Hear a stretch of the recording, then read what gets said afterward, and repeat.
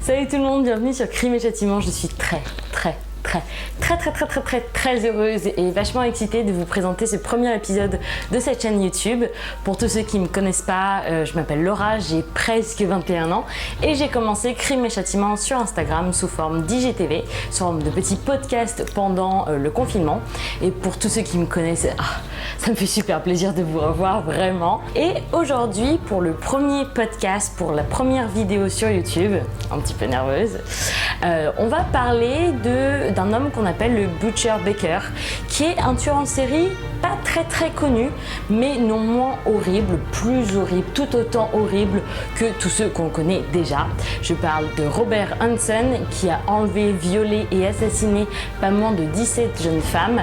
Et sa petite particularité, en fait, c'est qu'il les chassait littéralement. Donc, sans plus attendre, générique. Basically, I was a normal person. That was part of my, I guess my what's called fantasy. The missing since this morning. She's 8 months pregnant. My gun was under the seat.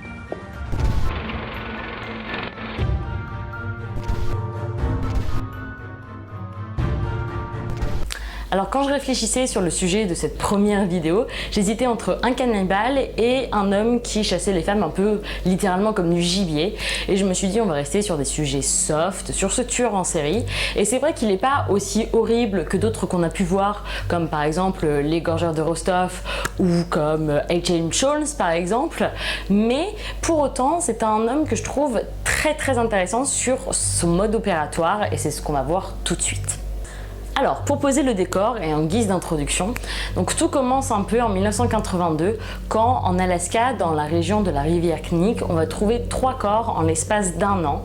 L'un qui est encore non identifié aujourd'hui, un qui était dans une gravière et un autre qui était dans un bout de la rivière peu profonde. Et pour la police, ça ne fait pas de doute, on est face à un tueur et si on reprend les appellations de l'époque, on est peut-être face à un tueur en séquence. Mais vous vous doutez bien, au risque de vous spoiler un petit peu, qui c'est Robert Hansen. Et avant de comprendre ce qu'il a fait, pourquoi il a fait tout ça, on va remonter un petit peu en arrière sur son enfance. Donc Robert est né en 1939 et il n'a pas vécu une enfance des plus roses. Il était chétif, très timide, il bégayait, il avait énormément d'acné, ce qui a même laissé des traces permanentes sur son visage. Et on va dire qu'au lycée, il n'attirait pas vraiment les jolies filles, elles ne se retournaient pas sur son passage. Et en fait, c'est cette impopularité qui l'a poussé dès le plus jeune âge à avoir des fantasmes très violents à propos des femmes et à tout de suite chercher un petit peu à se venger de ce que leur avait fait.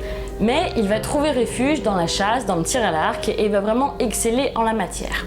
Et ses premiers crimes, ils vont commencer en 1960, il avait à peine 21 ans et il a mis feu au garage à bus scolaire de son lycée pour encore une fois se venger un petit peu de cette impopularité. Donc sur une peine de 3 ans, il va en purger que 20 mois. Et c'est à ce moment-là qu'on va détecter chez lui des troubles bipolaires, ce qu'on appelait à l'époque maniaco-dépression, et avec des épisodes schizophréniques. Et les psychologues et les psychiatres vont lui accorder une personnalité infantile parce que, au risque de me répéter, il voulait vraiment se venger de tous ceux qui lui avaient fait du tort, un peu de façon très immature, on va dire. Et à l'époque, il était marié, ça faisait à peine 5-6 mois, mais sa femme, du coup, va le divorcer pendant qu'il va faire son petit passage en prison et ça va ne faire qu'accentuer sa haine pour les femmes. Et après, il vit une vie vraiment tranquille, il se tasse et c'est ça limite qui est un peu dangereux parce que il se remarie, il a des enfants, il a de très bonnes relations avec ses voisins et il va battre à plusieurs reprises des records de chasse locaux. Et c'est vraiment le mec lambda, le monsieur tout le monde, vous savez un peu celui auquel on dit oh j'imaginais pas qu'il aurait pu commettre de tels crimes, de tels actes une fois qu'il est passé justement de l'autre côté on va dire. Mais chasser le naturel et il revient au galop et sa haine des femmes va de nouveau être accentuée en 1971 quand il va être arrêté 2 fois pour enlèvement et tentative de viol sur une femme au foyer et enlèvement et tentative de viol sur une prostituée.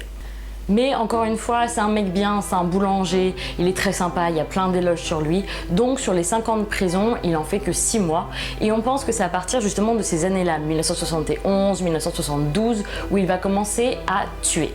Et en fait, son modus operandi, son mode opératoire, sa petite signature qui fait qu'il est si unique, c'est qu'il va littéralement chasser les femmes. En fait, il va prendre une prostituée dans sa voiture, il va la payer, généralement il va même la menacer d'une arme pour la violer ensuite, et après il va arriver au bord de la forêt, au bord du désert, et il va la lâcher en disant « si tu veux survivre, cours !» La plupart du temps, il les fait se déshabiller et en fait, il va littéralement les chasser avec un fusil de chasse et un couteau. Et on pense qu'il a pris du malin plaisir à faire croire à certaines qui le suppliaient de la relâcher pour ne rien dire à la police. Il disait ok, pas de problème, pour au final les tuer dans le dos juste après. Et étant donné que c'est vraiment un crack à la chasse, bah forcément que très peu de personnes arrivent à lui échapper. Et on en revient un petit peu à notre introduction en 1983 quand on trouve ces 3 corps dans la région de la rivière Knik. Et là on se demande, bon, qui est cet homme qui tue les femmes comme du gibier sauvage et comment est-ce qu'on peut le débusquer, comment est-ce qu'on peut l'arrêter?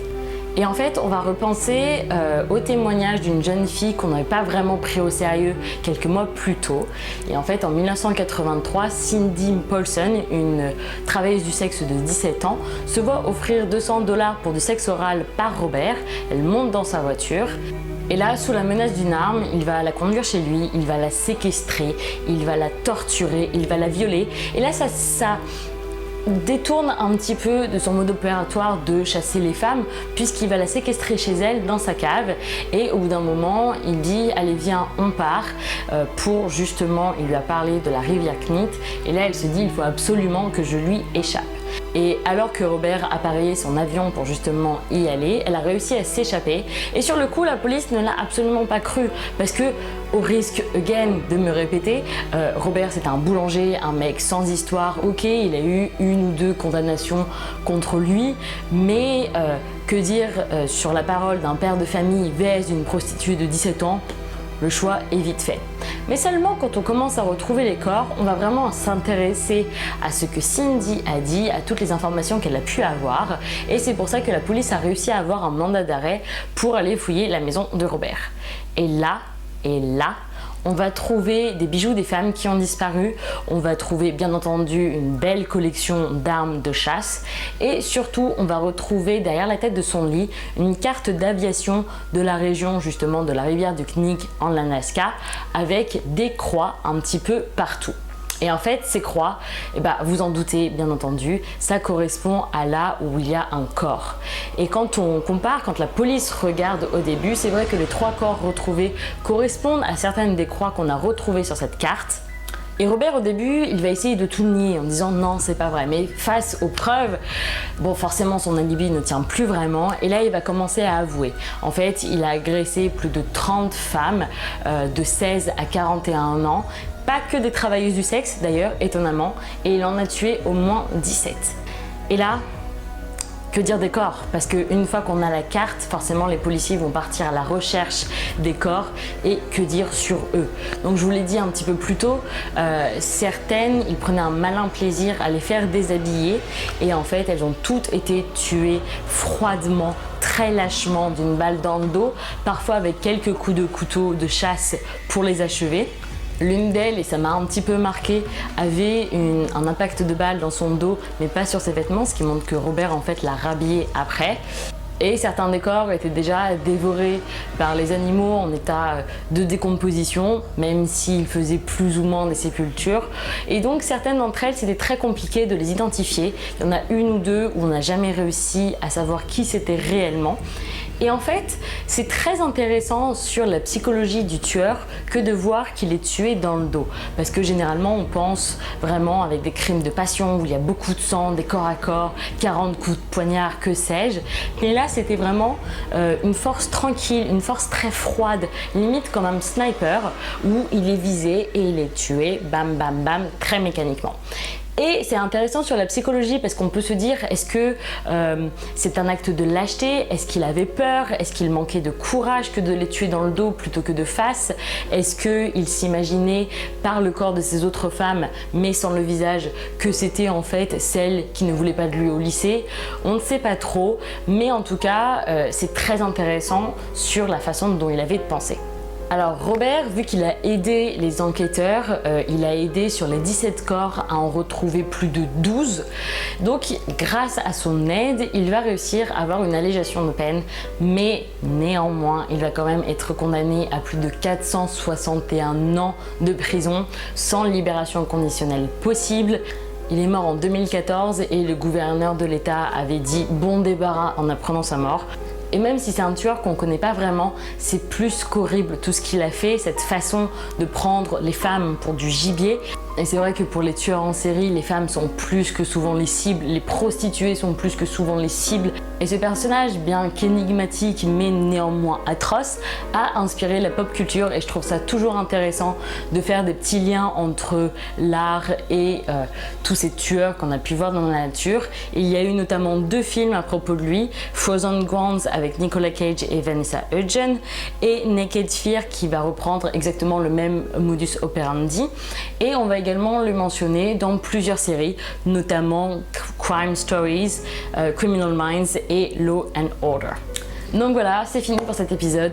Merci vraiment beaucoup d'avoir suivi jusqu'à là. J'espère que ça vous a plu. Pour tous ceux qui me découvrent, n'hésitez pas, si on reprend un peu le jargon YouTube, de lâcher des pouces bleus, de vous abonner, de cliquer sur la cloche. Je sais pas encore où est-ce qu'elle est, mais en tout cas, ça fait super plaisir de voir tout votre soutien, tout votre engouement autour de cette chaîne. Vraiment, vous n'avez pas idée à quel point. N'hésitez pas à me dire sur qui vous voulez qu'on enquête pour la prochaine fois. S'il y a des choses à améliorer, je sais que c'est encore ma première vidéo YouTube, donc I'm new, sorry. Donc voilà, on se dit à très vite, on se dit à la semaine prochaine en fait. Et puis, ciao!